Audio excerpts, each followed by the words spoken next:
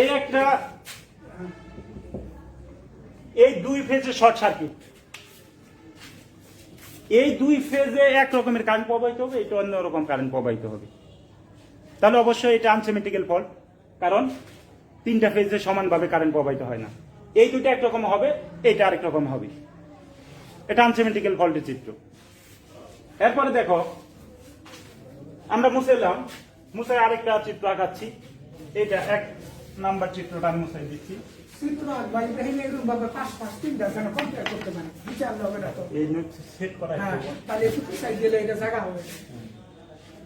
দেখো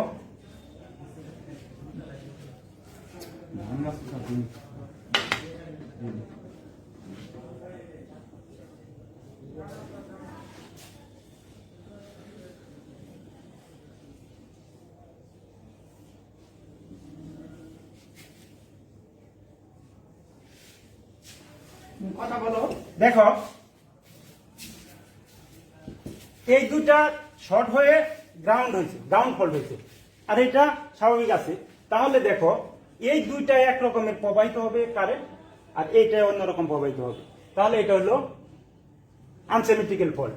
তাহলে আগে একটা চিত্র আঁকাইছিলাম আমরা, এই 2 নম্বর 2, এটা হলো 3। দেখো যেহেতু এই দুইটা একরকম হবে, এইটা অন্যরকম হবে, তাহলে অবশ্যই এটা আনসিমেট্রিক্যাল ফল্ট। দেখো আরো একটা চিত্র আমরা আঁকাইতে পারি।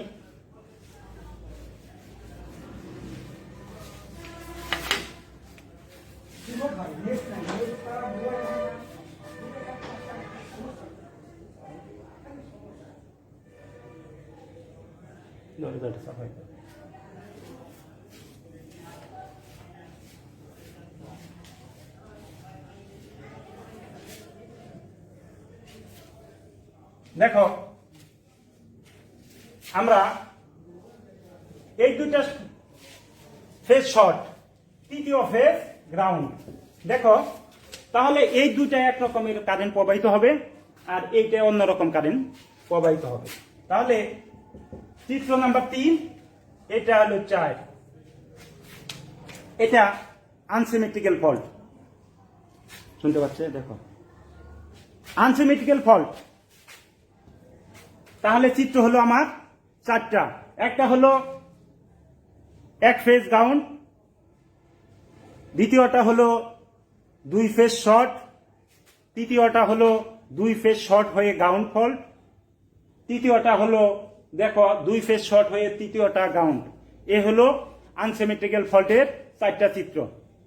এই 4টা চিত্র ছাড়া তোমরা দেখো তো আর কোনো চিত্র তোমরা পাও কিনা, আঁকতে পারো কিনা, একটু চেষ্টা করবে। এখন দেখো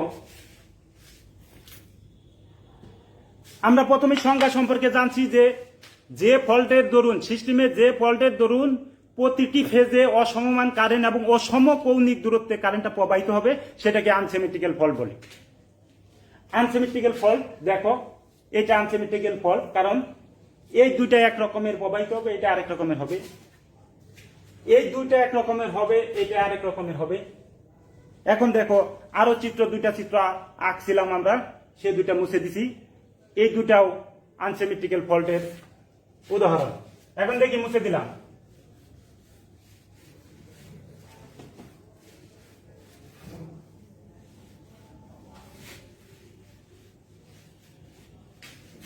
তাহলে আমরা গত ক্লাসে আমরা বৈদ্যুতিক ত্রুটির ধারণা সম্পর্কে আমরা জানছিলাম। বৈদ্যুতিক ত্রুটি কাকে বলে? সিস্টেমে যে সকল ফল্ট সংঘটিত হয় তাকে শর্ট সার্কিট ফল্টই অন্যতম। ফল্ট মূলত 2 প্রকার, একটা হলো সিমেট্রিক্যাল ফল্ট, আর একটা হলো আনসিমেট্রিক্যাল ফল্ট। সিমেট্রিক্যাল ফল্ট যে ফল্টের কারণে প্রতিটি ফেজে সমান কারেন্ট, প্রতিটি ফেজে সমান কারেন্ট এবং কৌণিক দূরত্ব সমান থাকে, তাকে সিমেট্রিক্যাল ফল্ট বলে। আর আনসিমেট্রিক্যাল ফল্ট যে ফল্টের কারণে প্রতিটি ফেজে অসমান কারেন্ট প্রবাহিত হবে এবং অসম কৌণিক দূরত্বে প্রবাহিত হবে, তাকে আনসিমেট্রিক্যাল ফল্ট বলে। আমি সিমেট্রিক্যাল ফল্ট, গত ক্লাসে আমরা সিমেট্রিক্যাল ফল্টের 2টা চিত্র আঁকাই দিয়েছিলাম, এখানে আমি 4টা চিত্র আঁকাই দিয়েছি। তাহলে আমরা সিমেট্রিক্যাল ফল্ট এবং আনসিমেট্রিক্যাল ফল্ট সম্পর্কে আমরা জানলাম। এখন এই সিমেট্রিক্যাল ফল্ট এবং আনসিমেট্রিক্যাল ফল্টের ভিতরে পার্থক্য দেখো। আমি একটু বোর্ডে লিখি।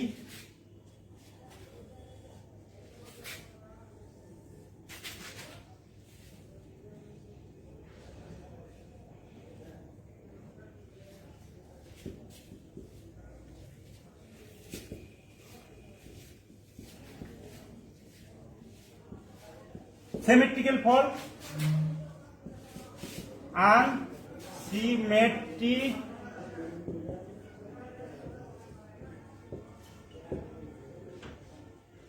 fault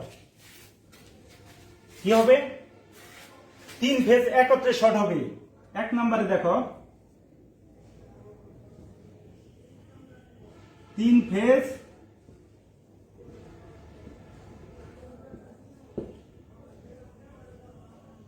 short. এটার এক নম্বরে হলো 3 ফেজ একত্রে শর্ট হবে না। 2 নম্বর দেখো ফল্ট কারেন্ট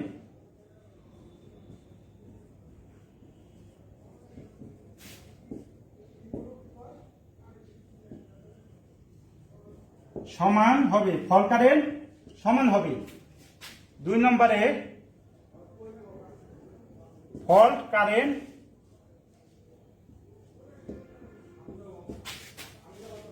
সমান হবে না।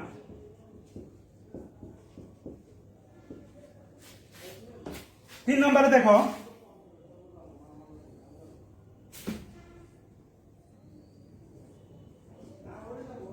কৌণিক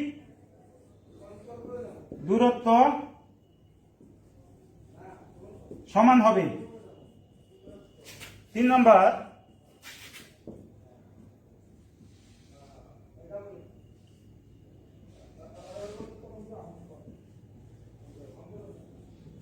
কৌণিক দূরত্ব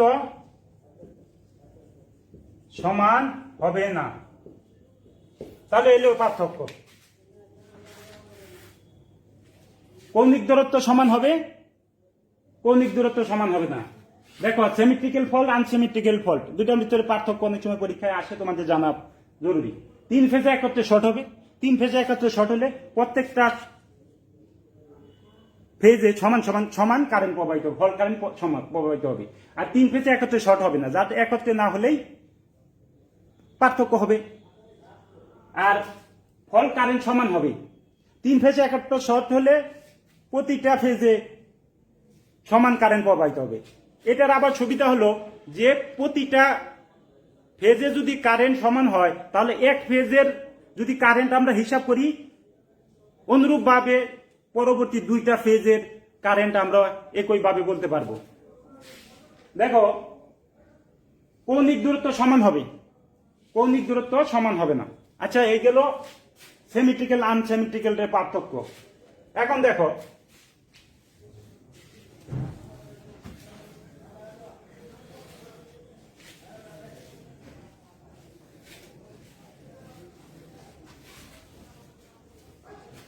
তাহলে দ্বিতীয় অধ্যায়ে আমরা কি কি শিখলাম, এখানে থেকে কি কি প্রশ্ন থাকতে পারে কিংবা কি কি প্রশ্ন থাকে, আমরা কি শিখলাম, তাহলে এখানেই আমরা প্রথমে দেখো 1 নম্বর প্রশ্ন,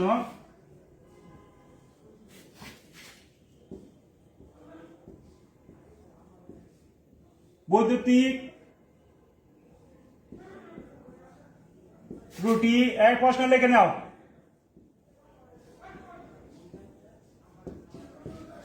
যে প্রশ্নগুলো আমি লিখে দিচ্ছি এগুলা তোমরা মুখস্থ করে সেশনাল খাতায় লিখবে, সেশনাল খাতায় লিখবে মুখস্থ করে, বই দেখে লিখলে চলবে না। এই প্রশ্নগুলো মুখস্থ করে তোমার সেশনাল খাতায় মুখস্থ লিখবে, বইয়ের সাথে মিললে কিন্তু মার্ক কম পাবে। তোমাদের মার্ক ডিস্ট্রিবিউশনে আমি বলেছিলাম প্রথম ক্লাসেই যে দেখো তোমরা জানো এই টিসি 3 কন্টিনিউয়াস, টিসি তো হলো 60 মার্ক, টিএফ এ হলো 90 মার্ক, পিসি 25, পিএফ এ হলো 25, এই 200 মার্কের সাবজেক্ট। এই 60 তোমরা পেতে হলে তোমাদেরকে সেশনাল খাতা, ক্লাস টেস্ট, কুইজ টেস্ট, মধ্যপর্ব তোমরা অংশগ্রহণ করবে। সেশনাল খাতা লিখবে ভালো করে, হাজিরার উপরে তোমাদের এই 60 মার্ক, আর বোর্ডের প্রশ্নে অর্থাৎ ফাইনাল এক্সামে তোমার 90, তোমরা বোর্ডের পরীক্ষায় তোমরা এই 90 নিবে। এবং প্রত্যেকটা প্র্যাকটিক্যাল ক্লাস, এখন তো আমরা যেহেতু অনলাইনে ক্লাস নিচ্ছি, প্র্যাকটিক্যাল করাতে পারছি না, তোমাদের নোটিশ হলে তোমরা প্র্যাকটিক্যাল ক্লাস করবে, ওই প্র্যাকটিক্যাল ক্লাসের উপরে তোমাদের এই 25 মার্কটা নির্ভর করবে। ওখানে জব শিট করতে হবে।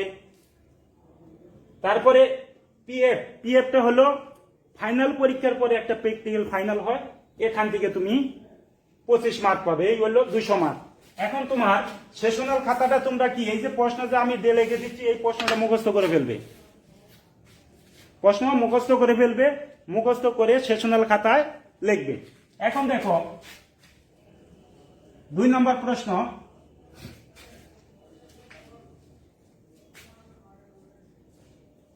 প্রশ্ন, হলো বৈদ্যুতিক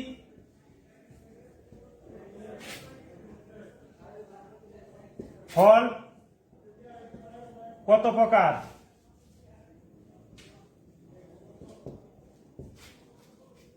কত প্রকার ও কি কি দাও, এই প্রশ্ন হতে পারে। 3 নাম্বার,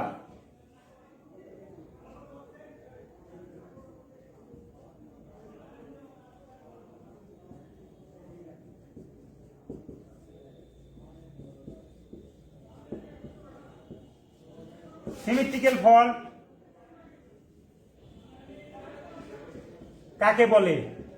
এটা একটা। 4 নাম্বার,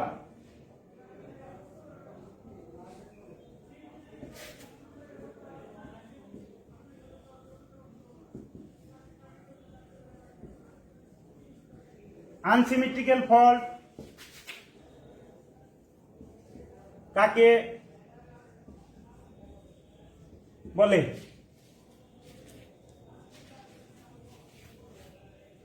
এই 4টা। এখন দেখো, উঠায় নাও, প্রথমটা মুছে দিলাম।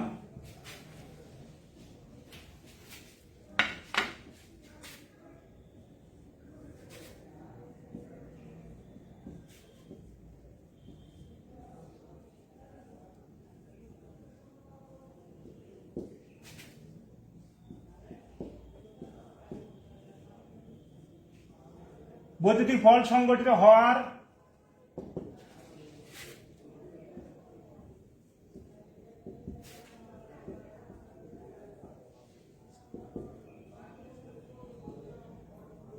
লিখ।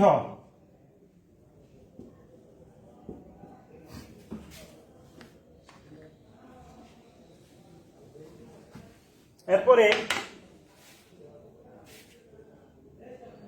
6 নাম্বার,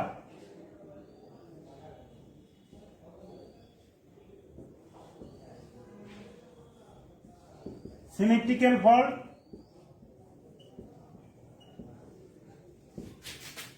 ও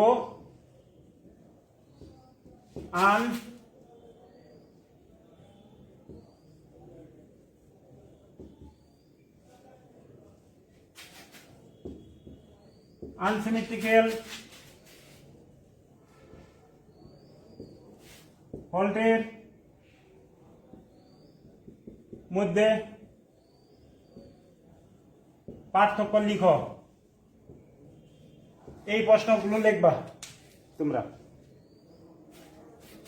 দেখো,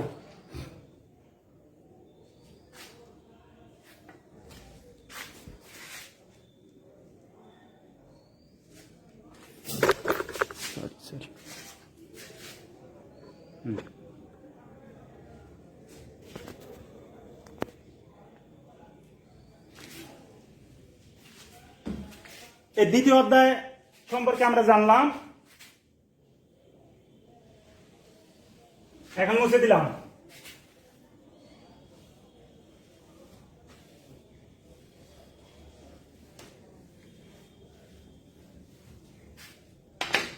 দেখো তৃতীয় অধ্যায়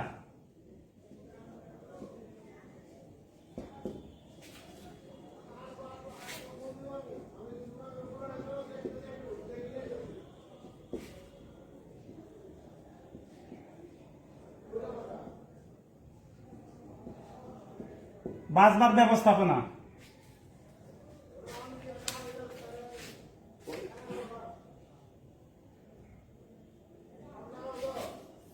বাসবার ব্যবস্থাপনা দেখো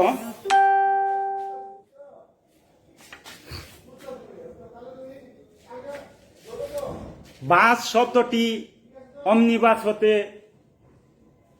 নেওয়া হয়েছে। এর অর্থ হলো জিনিসপত্র সংগ্রহ করা। তাহলে বাস শব্দটি অমিনিবাস হতে আগত, এর অর্থ হলো জিনিসপত্র সংগ্রহ করা। বৈদ্যুতিক ভাষায় বাসবার বলতে আমরা কোনো কিছু হতে জিনিসপত্র সংগ্রহের ধারককে বোঝাই। আমরা বাসবার হিসাবে অ্যালুমিনিয়াম ও কপার ব্যবহার করি। অ্যালুমিনিয়ামের চেয়ে কপারের রেজিস্টিভিটি কম, তাই বাসবার বেশিরভাগ কপারের ব্যবহার হয়ে থাকে। এখন দেখো বাসবারের সংজ্ঞা। বাসবার হলো তামা বা অ্যালুমিনিয়ামের পরিবাহী পাত বা রড, যা একাধিক সার্কিট হতে বৈদ্যুতিক এনার্জি সংগ্রহ করে এবং এক বা একাধিক সার্কিটে বিতরণ করে। সংজ্ঞাটা মুখস্থ করো আমার সাথে। বাসবার এমন তামা বা অ্যালুমিনিয়ামের পরিবাহীর পাত, যা এক বা একাধিক সার্কিট হইতে বৈদ্যুতিক এনার্জি সংগ্রহ করে এবং এক বা একাধিক সার্কিটে বিতরণ করে। দেখো আমি একটু উদাহরণ দিচ্ছি। জি স্যার। সার্কিট হতে পারে, পাওয়ার হাউস হইতে আসবে, চলে যাবে। যেটা আসে ওইটাই তো সার্কিট। আচ্ছা তুমি শেষ করো। আচ্ছা দেখো উদাহরণ দিচ্ছি। ধরো এই একটা জেনারেটর,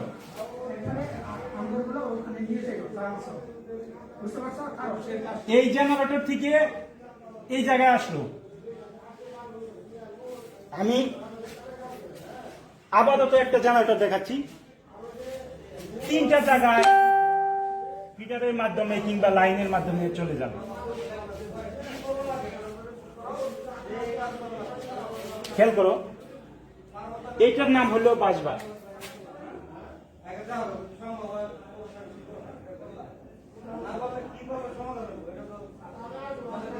দেখো এটা তামা বা অ্যালুমিনিয়ামের হয়।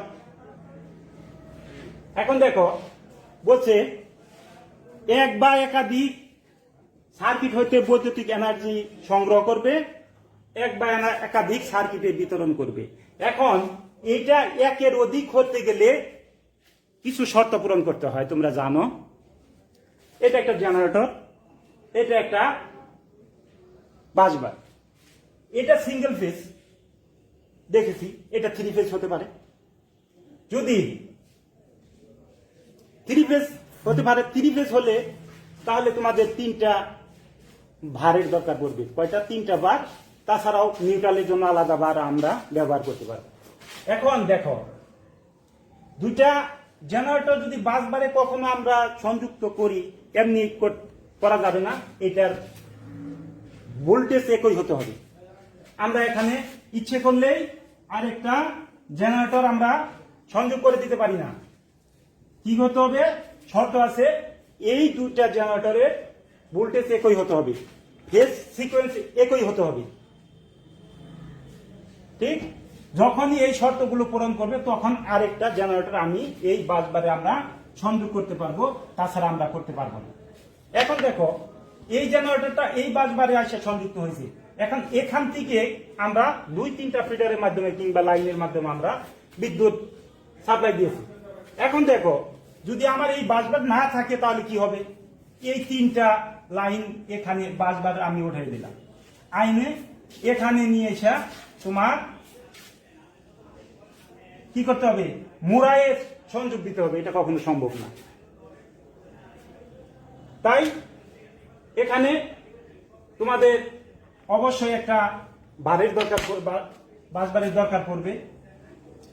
দেখো এটা এক বা একাধিক সার্কিট হইতে এনার্জি গ্রহণ করবে, এক বা একাধিক সার্কিটে বিতরণ করবে। এটাই হলো বাসবার। এখন তোমাদের এই বাসবারটা মূলত কপার আর অ্যালুমিনিয়ামের হয়। এখন এই বাসবারের কিছু গুণাবলী থাকা প্রয়োজন। গুণাবলীর ভিতরে এটা এই বাসবারের রেজিস্ট্যান্স কম হতে হবে। এখন দেখো এই বাসবারটা তামা বা অ্যালুমিনিয়ামের হয় যদি এটা যদি তোমার রেজিস্ট্যান্স বেশি হয়, কি হবে, মনে করো যে রেজিস্ট্যান্স বেশি, কাট দিলাম, কাট দিলে কি আমি এখানে সাপ্লাই পাবো? এটা কাঠের ভিতর দিয়ে কখনো যাওয়া সম্ভব না। সেমিকন্ডাক্টর দিলাম, অর্ধেক যাবে, তাও সম্ভব না। অর্থাৎ এই বাসবারের বাসবারের পদার্থটা উত্তম পরিবাহী হতে হবে, এক কথায় উত্তম পরিবাহী হতে হবে। তারপরে এই বাসবারটা তাপমাত্রা পরিবর্তনের বা সময়ের পরিবর্তনে এর রেজিস্ট্যান্সের কোনো পরিবর্তন হবে না। তাপমাত্রা পরিবর্তন, সময়ের পরিবর্তনে এর রেজিস্ট্যান্সের কোনো পরিবর্তন হবে না। এটা আর তারপরে এটা তো সিঙ্গেল ফেজ দেখালাম, অনেকটা তিনটা বাসবার এখন দেখো এই তিনটা বাসবার গুলোর ভিতরে পর্যাপ্ত পরিমাণ জায়গা থাকতে হবে, না হলে একটা থেকে আরেকটা শর্ট লিকেজ কারেন্ট প্রবাহিত হবে। তাই দুইটা বাসবারের ভিতরে যথেষ্ট পরিমাণে গ্যাপ থাকতে হবে। তারপরে এই বাসবারের পদার্থটা উচ্চ যান্ত্রিক শক্তি সম্পন্ন হতে হবে। দেখো তোমরা দেখে থাকবে তামা এবং অ্যালুমিনিয়ামের দুইটা পদার্থের ভিতরে যান্ত্রিক শক্তি সম্পন্ন দুইটা, অর্থাৎ এই ভারটা, এখন ভার বলতে দেখো অনেক সময় তোমরা ম্যাঙ্গো ভার, আয়তাকারের কিছু অংশ এরকম অংশকেই ম্যাঙ্গো ভার বলে। আমরা এটা আয়তাকার, এটা কি বাসবার, এটা ম্যাঙ্গো ভার, এটা বাসবার। এখন এটা যদি যান্ত্রিক শক্তি সম্পন্ন না হয়, এটা যদি বেঁকে গিয়ে কি হবে, এটা কাছাকাছি হয়ে যাবে। কারণ যান্ত্রিক শক্তি সম্পন্ন না হলে এটা বেঁকে গিয়ে এটার কাছাকাছি হয়ে গেলে লিকেজ কারেন্ট প্রবাহিত। তাই এই বাসবারটা কি হতে হবে, যান্ত্রিক শক্তি সম্পন্ন হতে হবে। তারপরে কি হতে হবে, এটা পরিবর্তনের ব্যবস্থা থাকতে হবে। মনে করো যে একটা সুইচ বোর্ড, একটা সুইচ, এখন 1 2 3 4 5 6 6টা সুইচ আমি লাগাই ফেলছি। রুমের হঠাৎ করে বারান্দায় একটা লাইন আমার লাগানো দরকার, তাহলে কি হবে? তাহলে কি এই সুইচ বোর্ড পরিবর্তন, একটা সুইচ নাই, জায়গা নাই, গ্যাপ নাই, তাহলে কি করতে হবে? আমাকে আগেই চিন্তা করতে হবে যে একটা সুইচ বোর্ড লাগাইতে হলে এক্সট্রা এখানে গ্যাপ কিংবা একটা সুইচ লাগাই রেখে ফাঁকা রাখা দরকার। কারণ যে কোনো সময় আমার পরিবর্তন করতে করা লাগে। যদি এইটা ফাঁকা থাকতো, সুইচ লাগানো অবস্থায়, আমি ওটা ব্যবহার করতেছি না, কিন্তু এটা লাগানো অবস্থায় থাকলে আমার বারান্দায় একটা লাইন লাগালে এটার ভিতরে সাপ্লাই আমি দিয়ে দিতে পারবো, এই বোর্ডটা আমার পরিবর্তন করা লাগবে না। তাই আমাদের সুইচ গিয়ার সিস্টেমে এই বাসবারের এমন ব্যবস্থা থাকতে হবে, নতুন একটা ফিডার লাগাইতে হলে ওই বাসবারের জানি কুদো প্রকার পরিবর্তন না করা যায় এরকম সিস্টেম থাকতে হবে। তাই ভালো বাসবারের এই গুণাবলীগুলো থাকতে হবে। আচ্ছা, আমরা টাইম শেষ প্রায়। আমরা আনসিমেট্রিক্যাল ফল্টের চিত্র, আনসিমেট্রিক্যাল ফল্টের সিমেট্রিক্যাল ফল্ট এবং আনসিমেট্রিক্যাল ফল্টের পার্থক্য শিখলাম। বাসবাস সম্পর্কে কিছুটা ধারণা দিলাম। আমরা বাসবাস সম্পর্কে কিছুটা ধারণা দিলাম। এখন আগামী ক্লাসে আমরা বাসবাস সম্পর্কে বিস্তারিত আরো আলোচনা করব, প্রকার সম্পর্কে আলোচনা করব। আজকে আমি এখানেই শেষ করছি। তোমরা সুস্থ থাকবা, ভালো থাকবা, সামাজিক দূরত্ব বজায় রাখবা, বাইরে গেলে মাস্ক পরবা। সবাইকে ধন্যবাদ।